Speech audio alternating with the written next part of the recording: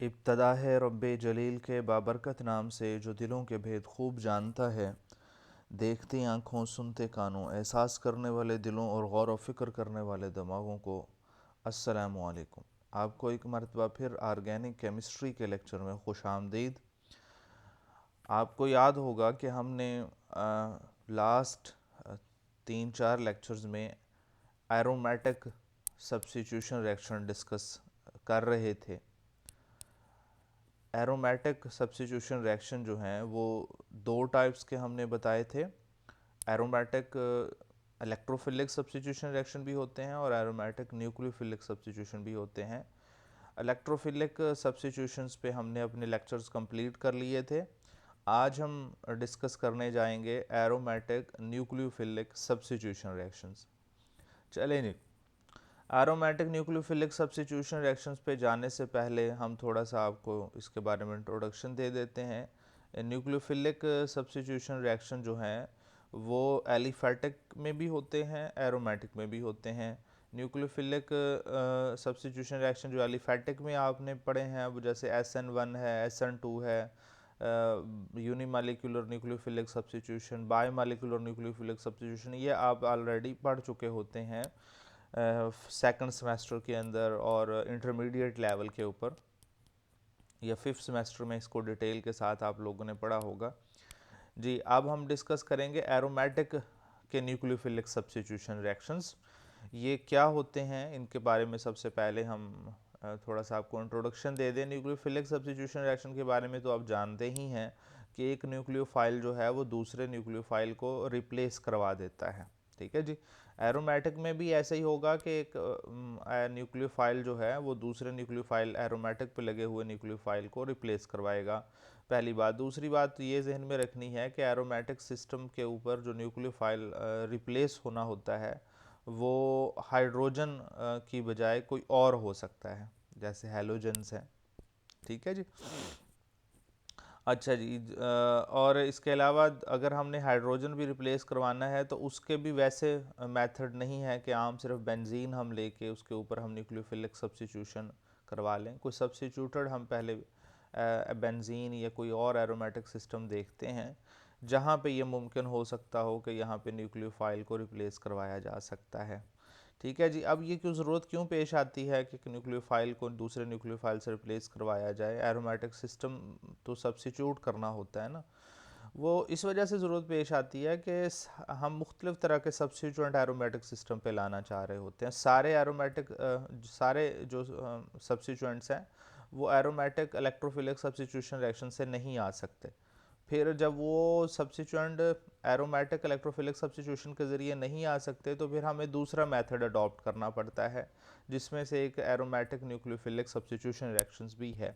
हम अब एग्जांपल के ज़रिए समझाएंगे और इसको समझेंगे साथ साथ, फिर आपको ये कंसेप्ट और क्लियर होते चले जाएंगे। अच्छा जी, सबसे पहले बात कर लेते हैं कि न्यूक्लियोफिलिक सब्स्टिट्यूशन रिएक्शंस की हमने जितनी टाइप्स डिस्कस करनी है वो राउंड अबाउट 5 हैं। Aromatic nucleophilic substitution via addition elimination, और वाया एलिमिनेशन एडिशन, और वाया बेंजाइन मैकेनिज्म भी कहते हैं। और aromatic nucleophilic substitution reaction via diazonium salt, aromatic nucleophilic substitution reaction via addition of the nucleophile और ring opening and ring closure, ठीक है जी। ये दूसरों से थोड़ी सी अलग सी सब्स्टिट्यूशन होगी और वेकारियस न्यूक्लियोफिलिक सब्स्टिट्यूशन रिएक्शंस।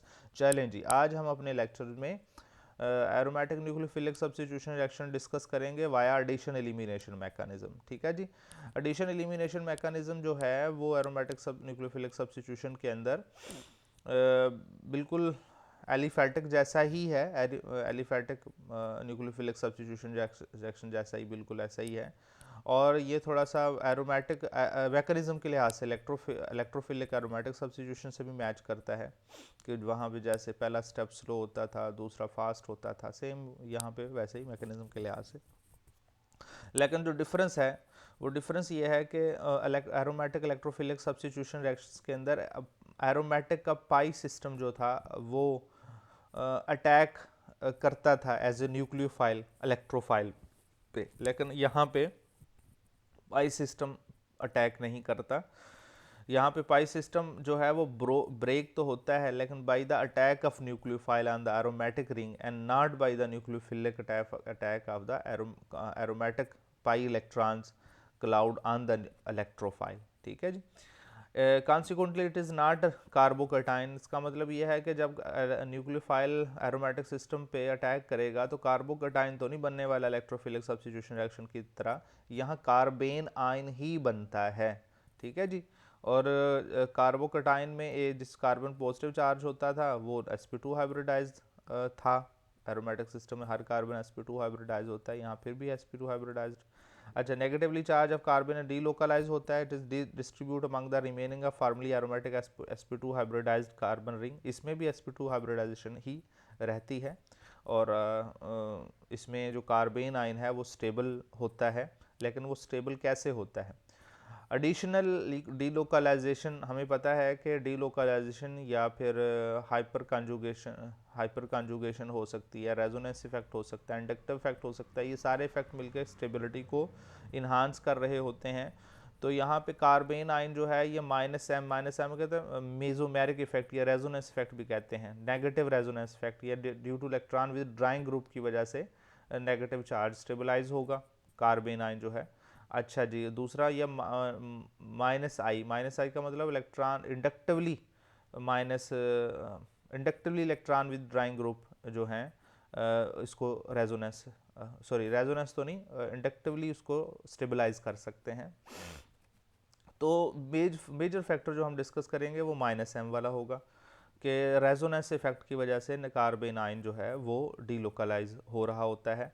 लेकिन जिस पोजीशन पे इलेक्ट्रॉन विद ड्राइंग ग्रुप लगा होना चाहिए वो position with respect to nucleophile ortho होनी चाहिए या फिर पैरा होनी चाहिए। इसकी वजह से ज़्यादा स्टेबिलिटी होती है। हम इसके एग्जांपल के ज़रिए समझ लेते हैं मैकेनिज्म के हवाले से, कि जैसे OH नेगेटिव है, हाइड्रोक्सिलाइन एज ए न्यूक्लियोफाइल काम करे, तो ये अटैक किस कार्बन पे करेगा? एरोमेटिक सिस्टम पे।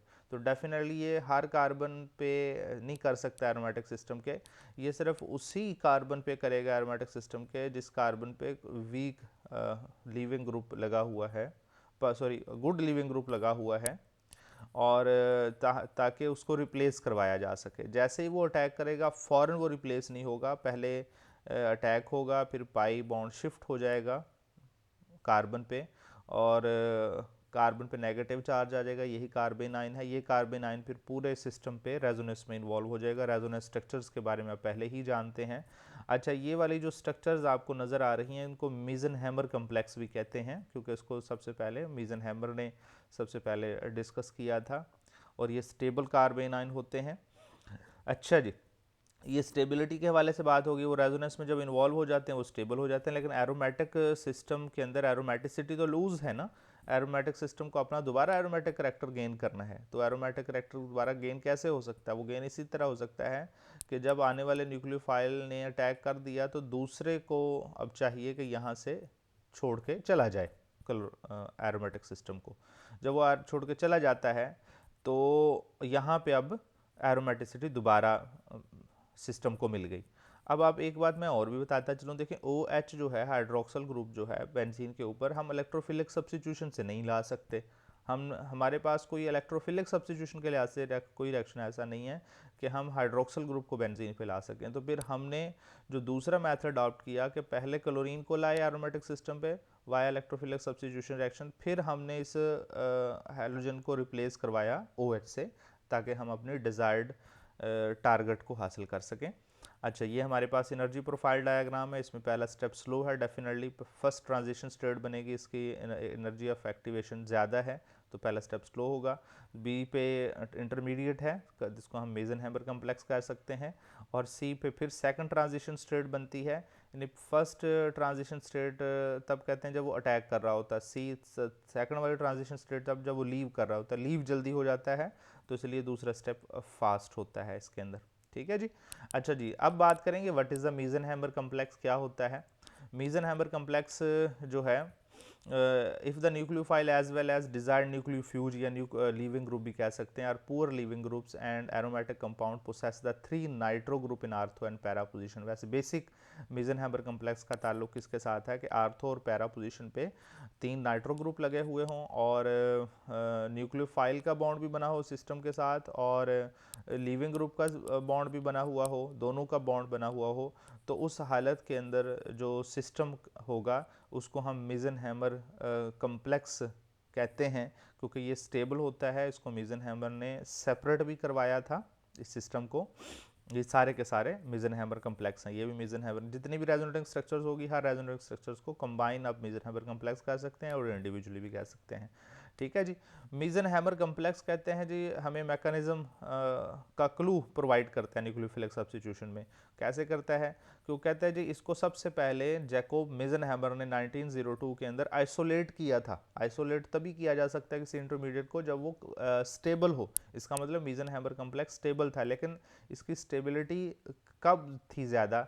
इसकी स्टेबिलिटी ज़्यादा तब होती है जब आर्थो और पैरा पोजीशन पे 3 नाइट्रो ग्रुप लगे हों। आर्थो और पैरा पोजीशन पे 3 नाइट्रो ग्रुप लगे हों और कार्बेन आयन बना हुआ हो और सोडियम के साथ ये साल्ट बना लेता है। अगर हम सोडियम का साल्ट यहाँ पे बेस इस्तेमाल कर रहे हैं, सोडियम मेथोक्साइड है और भी कोई हो सकते हैं साल्ट।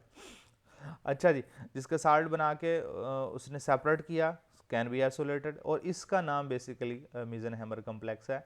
अच्छा जी, अगर एक नाइट्रो लगा हो फिर मीज़ेनहेम्बर कम्प्लेक्स नहीं कहेंगे, फिर भी मीज़ेनहेम्बर कम्प्लेक्स कहेंगे, लेकिन उसको कह देते हैं मीज़ेनहेम्बर कम्प्लेक्स एनालॉग, यानी उसकी तरह का होता है। ये एक आर्थो पे लगा हो या दोनों आर्थो पे लगा हो या आर्थो पे ना लगे हों या सिर्फ पैरा पे लगा हो या फिर एक आर्थो पे और एक पैरा पे लगा हो, तब भी इनको मीज़ेनहेम्बर कम्प्लेक्स एनालॉग्स कहा जा सकता है। ठीक है जी, ये समझा। ये स्टेबल है, इसको आइसोलेट किया गया। आइसोलेशन के बाद इससे पता चला कि जो एडिशन एलिमिनेशन का मैकेनिज्म है वो मीज़ेनहेम्बर कम्प्लेक्स के थ्रू ही हो रहा होता है। अच्छा जी, अब हम डिस्कस करेंगे कि हम लीविंग ग्रुप का क्या इफेक्ट होता है, सब्स्टिट्यूएंट्स का क्या इफेक्ट होता है, सब्स्टिट्यूशन पैटर्न का क्या इफेक्ट होता है। सबसे पहले लीविंग ग्रुप के बारे में बात कर लेते हैं। Fluorine often used in leaving group. क्या फ्लोरीन को ज़्यादा लीविंग ग्रुप के तौर पे इस्तेमाल किया जा सकता है? जैसे सेंजर्स रिएजेंट के अंदर, हम लास्ट में इसको सेंजर रिएजेंट को हम थोड़ा सा आपको बताएंगे ये क्यों इस्तेमाल होता है। ये पेप्टाइड सीक्वेंस देखने के लिए इस्तेमाल होता है। अच्छा जी, फ्लोरीन बेस्ट लिविंग ग्रुप के तौर पे इस्तेमाल होता है। हेलोजन्स को यहाँ पे ज़्यादातर लिविंग ग्रुप के तौर पे लिया जाता है। हमने अक्सर जितने भी रिएक्शन वाया एडिशन एलिमिनेशन पढ़े हैं उसमें हेलोजन ही ज़्यादातर लिविंग ग्रुप के तौर पे यूज़ किए जाते हैं। फ्लोरीन सबसे अच्छा लिविंग ग्रुप है क्योंकि 3300 टाइम फास्टर होता है ये आयोडीन के मुकाबले में। ठीक है, ये आपको नज़र भी आ रहा होगा, आप देख भी रहे हैं यहाँ पे कि फ्लोरीन है तो रेट ऑफ रिएक्शन 3300 टाइम्स ज़्यादा है एज़ कम्पेयर टू आयोडीन के। और अगर क्लोरीन को देखें, क्लोरीन का रिएक्शन सिर्फ आयोडीन के मुकाबले 4.3 टाइम्स ज़्यादा है। और ब्रोमीन का भी ऐसे ही, क्लोरीन और ब्रोमीन की लिविंग एबिलिटी तकरीबन सेम है और फ्लोरीन की बहुत ज़्यादा है दूसरों के मुकाबले में, तो अच्छा लिविंग ग्रुप सबसे ज़्यादा फ्लोरीन कंसिडर किया जाएगा। अच्छा जी, अब बात करेंगे इफेक्ट ऑफ सब्स्टिट्यूएंट्स। सब्स्टिट्यूएंट्स, वो सब्स्टिट्यूएंट से मुराद ये है कि वो ग्रुप्स जिन्होंने कार्बन आयन को स्टेबल करना है वो कैसे होने चाहिए।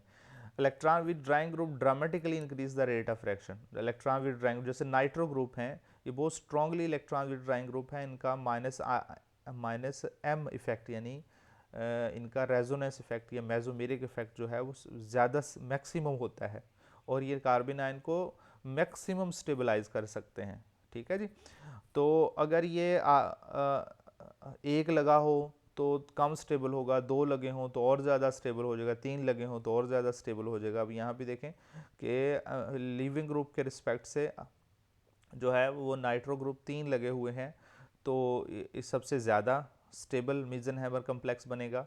और दो लगे हों तो थोड़ा सा कम हो जाएगा, एक लगा हो तो और कम हो जाएगा। ठीक है जी, सिर्फ इन दोनों के दरमियान में जो डिफरेंस है वो कहा जाता है कि 10 to raise 5 time faster reaction देगा ये वाला एज कंपेयर टू दिस। ठीक है जी, और इसी तरह इसका रेट ऑफ रिएक्शन तो सबसे ज़्यादा फास्ट होगा ना, क्योंकि इंटरमीडिएट जो है ये तो स्टेबल भी है और इसको आइसोलेट भी किया जा सकता है एक लिहाज से, जैसा कि जैकोब ने, मेजरहैमर ने बताया। अब दूसरी बात है कि सब्स्टिट्यूएंट्स के बारे में बात डिस्कस कर लिया कि जैसे नाइट्रो की जगह पे कोई और ग्रुप कार्बोक्सिलिक, वो भी इलेक्ट्रॉन विथड्राइंग ग्रुप है, लेकिन नाइट्रो जितना वो स्टेबलाइज नहीं कर सकता, कम स्टेबलाइज करेगा। अगर सायानाइड हो वो और कम करेगा। ठीक है जी, जितने इलेक्ट्रॉन विथड्राइंग एबिलिटी उनकी कम होती चली जाएगी, फिर उनकी स्टेबिलिटी कार्बन आयन को भी करने की अहलियत वो कम होती चली जाएगी। जी, अब हम डिस्कस करेंगे सब्स्टिट्यूशन पैटर्न क्या होना चाहिए। सब्स्टिट्यूशन पैटर्न क्या होना चाहिए वो हम पहले भी आपको दिखा चुके हैं इसमें। अब थोड़ा सा और डिटेल के साथ हम इसको डिस्कस करेंगे कि सब्स्टिट्यूशन पैटर्न ये होना चाहिए कि जिस जगह पे लीविंग ग्रुप हो, उस लीविंग ग्रुप के लिहाज से इलेक्ट्रॉन विथड्राइंग ग्रुप आर्थो पोजीशन पे होने चाहिए, मेटा सॉरी आर्थो पे होने चाहिए या पैरा पे होने चाहिए। मेटा पे होंगे तो स्टेबिलिटी इतनी ज़्यादा नहीं होगी, कंसिडरेबल नहीं होगी जितनी ज़्यादा आर्थो और पैरा पे होती है, क्योंकि कार्बन आयन ने रेजोनेट करते हुए आर्थो पे जाना होता है या फिर पैरा पे जाना होता है। तो आर्थो और पैरा पे कोई स्ट्रॉन्ग इलेक्ट्रॉन विथड्राइंग ग्रुप होगा तो वो स्टेबल हो जाएगा। अगर वही इलेक्ट्रॉन विथड्राइंग ग्रुप मेटा पोजीशन पे होगा तो फ़र्क ज़्यादा नहीं पड़ेगा, वहाँ पे -m इफेक्ट इतना काम नहीं करेगा, फिर वहाँ पे थोड़ा बहुत -i इफेक्ट काम कर सकता है। For example nucleophile aromatic substitution para nitro phenyl fluoride is order of magnitude faster than Meta nitro phenyl fluoride, यानी पैरा नाइट्रो फिनाइल फ्लोराइड का रेट ऑफ रिएक्शन जो है वो मेटा नाइट्रो से कहीं ज़्यादा होगा। ठीक है जी, अब यहाँ पे देख भी सकते हैं आप कि इसका रेट ऑफ रिएक्शन फ्लोरीन के लिहाज से नाइट्रो मेटा पोजीशन पे है तो इसका रेट ऑफ रिएक्शन स्लो है, और ये नाइट्रो फ्लोरीन के लिहाज से पैरा पोजीशन पे है तो इसका रेट ऑफ रिएक्शन ज़्यादा फास्ट होगा। ठीक है जी, अब इसी के लिहाज से क्वेश्चन है why para isomer is faster than meta isomer. मैंने आपको कंसेप्ट दे दिया है कि यहाँ पे आप इसकी रेजोनेंस स्ट्रक्चर भी बनाएंगे कि अगर पैरा पोजीशन पे है, देखें नेगेटिव चार्ज जो है जब रेजोनेंस करता हुआ पैरा पे जाएगा तो पैरा पोजीशन पे ये स्टेबलाइज भी हो रहा है। ठीक है, इधर से भी स्टेबलाइज हो रहा है और दूसरी तरफ से भी, जब दूसरी तरफ से भी रेजोनेट करेगा उधर से भी स्टेबलाइज हो जाएगा। लेकिन मेटा पोजीशन पे लगा होगा तो नेगेटिव चार्ज ने या तो आर्थो पे जाना है, पैरा पे जाना है, तो नाइट्रो पे तो रेजोनेट हो ही नहीं पाएगा। तो इसी वजह से सब्स्टिट्यूशन पैटर्न के लिहाज से कि इलेक्ट्रॉन विथड्राइंग ग्रुप जो है या तो आर्थो पे ज़्यादा सूटेबल रहेगा या पैरा पे सूटेबल रहेगा, मेटा पे इसकी पोजीशन सूटेबल नहीं है क्योंकि ये रेजोनेंस में ज़्यादा कंट्रीब्यूट नहीं कर सकेगा। जी, कुछ एग्जांपल्स हैं इसके हवाले से, जैसे कि हम NH2 लाना चाहते हैं। NH2 आपको पता है एरोमेटिक सिस्टम पे इलेक्ट्रोफिलिक सब्स्टिट्यूशन रिएक्शन से नहीं आ सकता, तो वाया एडिशन एलिमिनेशन ही आएगा कि पहले न्यूक्लियोफाइल ऐड होगा, बाद में लीविंग ग्रुप यहाँ से लीव करेगा। ठीक है जी, तो NH2 ला सकते हैं एरोमेटिक सिस्टम पे एडिशन एलिमिनेशन के थ्रू।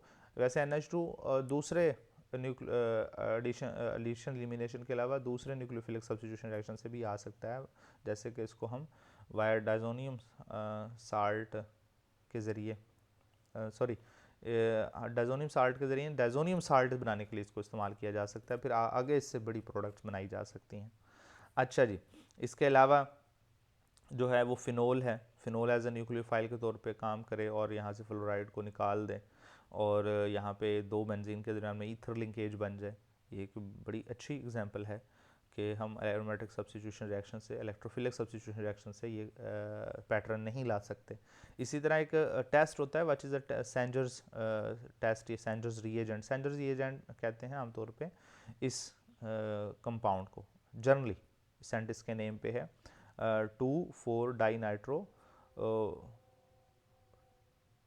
फ्लोरो 2,4 डाइनाइट्रो बेंजीन। अच्छा जी, अब ये कंपाउंड जो है सेंजर्स रिएजेंट इसलिए कहा जाता है कि ये जिस साइंटिस्ट ने, सेंजर्स ने इसको बनाया था और इसको इस्तेमाल करवाया था पेप्टाइड लिंकेज देखने के लिए। पेप्टाइड्स के अंदर, पॉलीपेप्टाइड्स के अंदर एन टर्मिनल, दो टर्मिनल होते हैं, कार्बोक्सिलिक टर्मिनल और नाइट्रोजन टर्मिनल्स, और जैसे अमीनो ग्रुप जो जहाँ पे एंड पे ख़त्म होंगे तो डेफिनेटली उसको एन टर्मिनल भी कह सकते हैं। तो पेप्टाइड का नाइट्रोजन टर्मिनल देखने के लिए हम इसको इस्तेमाल करवाते हैं, क्योंकि पेप्टाइड के अंदर जो नाइट्रोजन टर्मिनल है उस नाइट्रोजन पे लोन पेयर है, वो एज ए न्यूक्लियोफाइल काम करेगा, वो अटैक कर देगा एरोमेटिक सिस्टम पे और फ्लोराइड को यहाँ से निकाल देगा after hydrolyze to identify the N terminus of the peptide. ठीक है जी, यानी इंसुलिन के टेस्ट के लिए भी इसको इस्तेमाल किया जा सकता है, इंसुलिन प्रोटीन्स है ना, उसके अंदर पॉलीपेप्टाइड चेन्स मौजूद होती हैं। अच्छा जी, उम्मीद है आपको aromatic nucleophilic substitution reactions via addition elimination mechanism समझ आ गया होगा। नेक्स्ट लेक्चर हम आपको देंगे वाया एलिमिनेशन एडिशन या वाया बेंजाइन मैकेनिज्म। तब तक के लिए हमें इजाज़त दीजिए। अल्लाह निगहबान।